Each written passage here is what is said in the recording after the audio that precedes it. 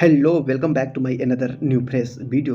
दोस्तों यह वीडियो में मैं अधूरे प्यार की पूरी कहानी का चैप्टर नंबर 2 शुरू करने वाला हूं। तो इस वीडियो को एंड तक ज़रूर देखना, तभी आपको पूरी कहानी ए टू जेड समझ में आ जाएगी। इस वीडियो में मैं पूरी कहानी का जिक्र कर दूंगा। ये वीडियो चाहे जितना लंबा हो ये मैटर नहीं करता, परंतु इस वीडियो में ये पूरा कहानी एंड कर दूंगा। दी एंड हो जाएगी इसी वीडियो में। तो चलिए दोस्तों अब शुरू करते हैं अपनी कहानी को। ये कहानी बिल्कुल सत्य घटना पर आधारित है दोस्तों, बिल्कुल रियल कहानी है, रियल स्टोरी है। जो कि इसमें प्रमुख किरदार की बात किया जाए तो वो मैं खुद ही हूँ। कहानी की ओर आगे बढ़ते हैं। तो पार्ट 2, ठीक है, तो चैप्टर दूसरा अब शुरू करते हैं। यदि आपने पहला चैप्टर का वीडियो नहीं देखा तो आप लोगों को ये कहानी शायद तक समझ में ना आए, परंतु आप लोग पहला चैप्टर भी देख सकते हो। मैं डिस्क्रिप्शन में पहले चैप्टर का लिंक डाल दिया हूँ।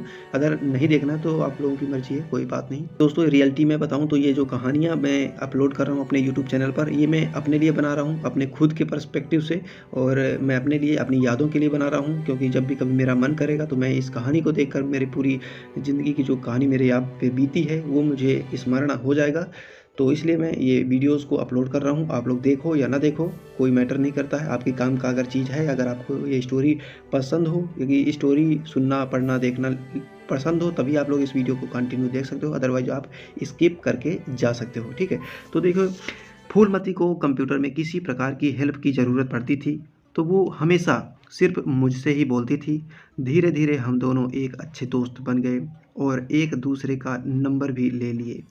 फिर कुछ दिन बाद उसने अपनी फ्रेंड से मुलाकात करवाई, जो कि उस लड़की की केवल एक ही फ्रेंड थी। और मेरी दोस्ती भी कॉलेज में 3 लड़कों से हुई। कॉलेज में हम साथ बैठते थे और मैंने भी अपने पीजीडीसीए वाले दोस्तों की मुलाकात उस फूलमती से करवाई। हम सब अब एक दूसरे को अच्छी तरह से जानने पहचानने लगे थे। हमने एक व्हाट्सएप ग्रुप भी बना लिया जिसमें हम सभी दोस्त एक साथ बात करते थे। दोस्तों उस समय मेरे फ़ोन में फ्री इंटरनेट चलता था, जिस वजह से मैं रिचार्ज नहीं करवाता था, क्योंकि मुझे सिर्फ इंटरनेट चलाना पसंद था। मेरी लाइफ में उस समय कोई भी लड़की नहीं थी और ना ही मेरा कोई इंटरेस्ट था किसी लड़की पर।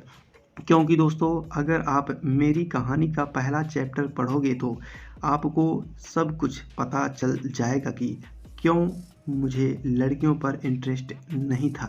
मतलब कि पहला चैप्टर से मतलब है कि यानी कि मेरी पिछली कहानी, जो कि अभी इस चैनल पर अपलोड नहीं है, जल्द ही इस चैनल पे अपलोड हो जाएगी। वो फिलहाल सिर्फ पॉकेट एफएम में अपलोड है। फूलमती जब भी फ्री होती वो मुझे कॉल करती और हमारी घंटों तक बात हुआ करती। अभी तक मेरे और फूलमती के बीच ऐसा कुछ नहीं था जिसकी वजह से मैं बोल सकूं कि फूलमती मेरी जीएफ है। दोस्तों कहानी में ट्विस्ट तब आया जब फूलमती दिन के साथ साथ मुझे रात में भी कॉल करने लगी। दोस्तों तब मुझे पता चल गया कि शायद फूलमती मुझसे प्यार करने लगी है और मुझे भी धीरे धीरे फूलमती से प्रेम होने लगा था। फिर दोस्तों जब अगले दिन सुबह कॉलेज में मेरी मुलाकात फूलमती से होती है तो मैं फूलमती का हाथ पकड़कर एक खाली क्लास में लेकर गया और वहाँ मैंने बिना फूलमती से पूछे ही उसके रस से भरे होठों को चूमने लगा और फूलमती भी जोश में होश खो दिए और अपनी जवानी मेरे नाम कर दी। दोस्तों मैं बेहद खुश था कि फूलमती भी मुझे प्यार करती है। फिर दोस्तों हम साथ बहुत एंजॉय किया करते थे। मेरे तीनों दोस्त हमेशा मुझसे बोलते थे कि फूलमती से बोलकर हमारी भी जीएफ बनवा दो, पर फूलमती किसी लड़की से नहीं बोलती थी क्योंकि सभी लड़कियों के पास बीएफ 4-4 थे। हमारी और फूलमती की बातें अधिकतर देर रात तक होती थी, जिस वजह से हमारे बीच रोमांस बढ़ता जा रहा था और एक दूसरे से मिलने की चाह भी बढ़ती जा रही थी। फूलमती की जवानी अब उसके कंट्रोल में नहीं थी। उसने मुझसे रूम में मिलने के लिए बोला। यह सुनकर मेरा मन गदगद हो गया और फाइनली दूसरे दिन मैंने अपने एक दोस्त को कॉल करके रूम के लिए बोला तो रूम मिल गया। वो रूम था ओयो का। फिर जब दूसरे दिन फूलमती कॉलेज आई तो उसने क्लास लेने से साफ इनकार कर दिया। उसने बोला, सबसे पहले ओयो रूम चलो, मुझसे रहा नहीं जा रहा। मैंने तुरंत फूलमती को अपनी बाइक पर बैठाया और निकल पड़े रूम की ओर। रूम पहुंचते ही मैंने रूम का दरवाज़ा अंदर से लॉक किया और वर्षों से भूखा शेर की तरह उसकी जवानी पर झपट पड़ा और लगातार 23 मिनट तक मैंने उसका शिकार किया। फूलमती के जंगल को काफ़ी समय से एक अच्छे शिकारी की ज़रूरत थी, जो कि मैंने उसकी ज़रूरत पूरी की। फूलमती बेहद खुश थी, आखिर उसके जंगल का शेर आ गया है। दोस्तों, फूलमती और मेरे बीच संबंध बढ़ते जा रहे थे। हम बहुत खुश थे। जब भी कहीं घूमने का मन करता, हम दोनों बाइक से घूमते रहते थे और सच बताऊं तो फूलमती ने मेरी काफ़ी हेल्प भी की थी। फिर कुछ दिनों बाद हमारी लव स्टोरी में एक मोड़ आता है और सब कुछ टूट जाता है। अगर आपको जानना है कि आगे क्या हुआ तो आप इस कहानी को अंत तक ध्यान से जरूर सुनना और समझना, गौर करना। तो दोस्तों, जैसा कि मैंने पहले ही बताया था कि मेरा इंटरेस्ट इलेक्ट्रॉनिक उपकरण में बहुत है। फ़ोन को हैक करना या कॉल की मैसेज की जानकारी निकालना मेरे लिए बाएं हाथ का खेल है, क्योंकि दोस्तों मैंने हैकिंग का कोर्स किया है। इसके बाद मैं उस फूलमती का मोबाइल भी ट्रेस करता था और फूलमती को इस बात की भनक भी नहीं थी कि फूलमती जिससे भी बात करती है वो सब मुझे पता चल जाता था।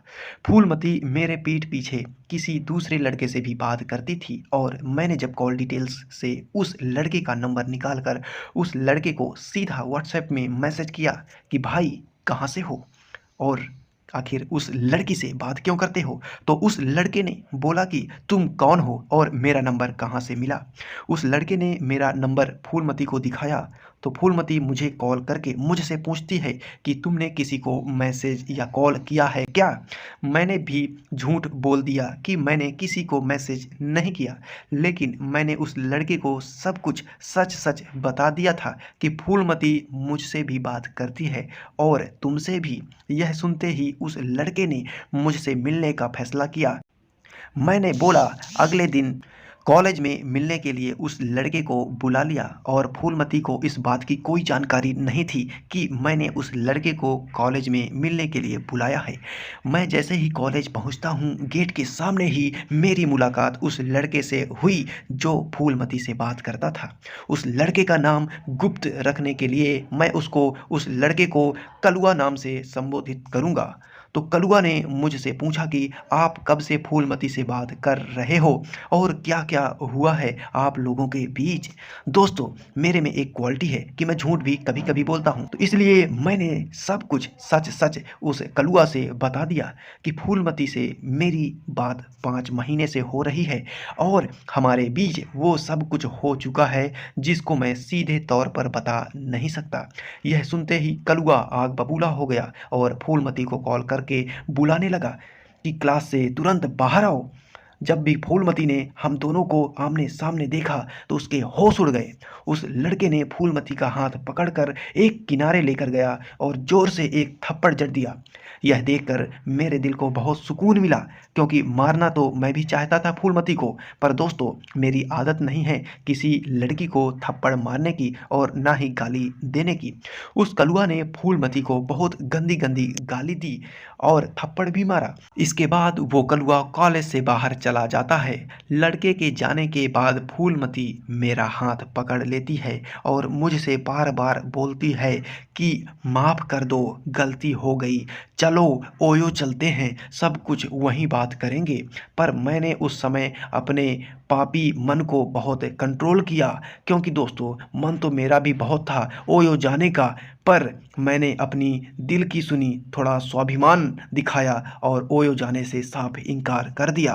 और हाँ दोस्तों, फूलमती को आज भी यह बात समझ में नहीं आ रही कि आखिर मुझे उस लड़के का नंबर मिला तो मिला कैसे। फिर मैंने फूलमती से सारे ओयो वाले रिश्ते नाते तोड़ दिए और बोला कि तुम लड़की कभी नहीं सुधर सकती, चाहे दुनिया इधर की उधर क्यों ना हो जाए, पर तुम लड़की सिर्फ मासूम लड़कों की ज़िंदगी से खेलती हो। मुझे पता था कि तुम धोखा जरूर दोगी, इसलिए मैं ओयो में ले लेता था। दोस्तों, इस कहानी का निष्कर्ष में हम पहुंच चुके हैं। अब इस कहानी का निष्कर्ष जान लीजिए। यानी कि इस कहानी का यह निष्कर्ष निकलता है कि चाहे आप लड़के हो यदि, तो चाहे लाख लड़कियों से प्रेम कर लो दिल से, आपको अंत में मिलेगा बाबा जी का ठुल्लू, यानी कि धोखा ही मिलेगा।